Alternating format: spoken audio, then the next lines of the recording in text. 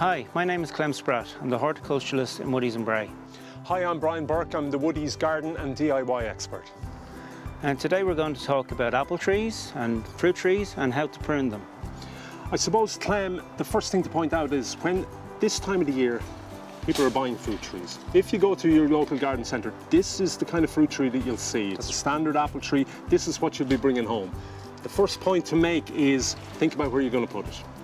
Decide very carefully on your spot, plant it, go through the normal routine of planting any tree or any shrub, stand back, leave it for a year. Too many people succumb to the temptation of pruning an apple tree straight away once it goes into the ground. Plant it, stand back, let it do its thing for a year, then come back the following season and think about how you're going to shape it. Absolutely.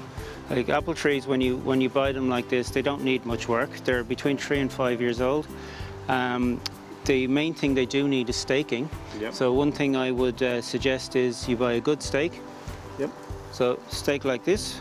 And then we have to find out in our garden what way the majority of the wind is blowing from. Okay. So you always put the stake on the windward side of the plant as to avoid rubbing. So when we do put the stake in, we have this little fella here. This is a tree tie. Yep. The tree ties are designed to let the water down. So it's got little ridges here. So when you put it on, you basically put it through like this. Yeah. So those ridges allow the water to travel down the tree. Yeah. And then you put your stake, when the stake is hammered into the ground, in behind here. And in a figure of 8, you push this all the way through. So this is a fully adjustable, no nail tree tie.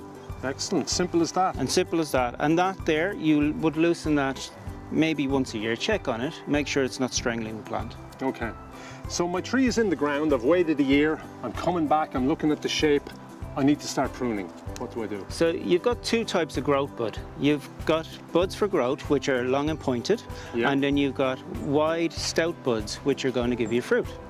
So on some of these, you have these large buds starting to form, and what that is the start of a fruiting truss. So when you have a long shoot growing up, you reduce it by 2/3 of its height. I suppose a general rule when it comes to pruning apple trees would be between leaf fall and bud burst. Absolutely. So November to probably mid-March? Oh, absolutely, yes. Sometime in that window. My favourite time to prune would be in February.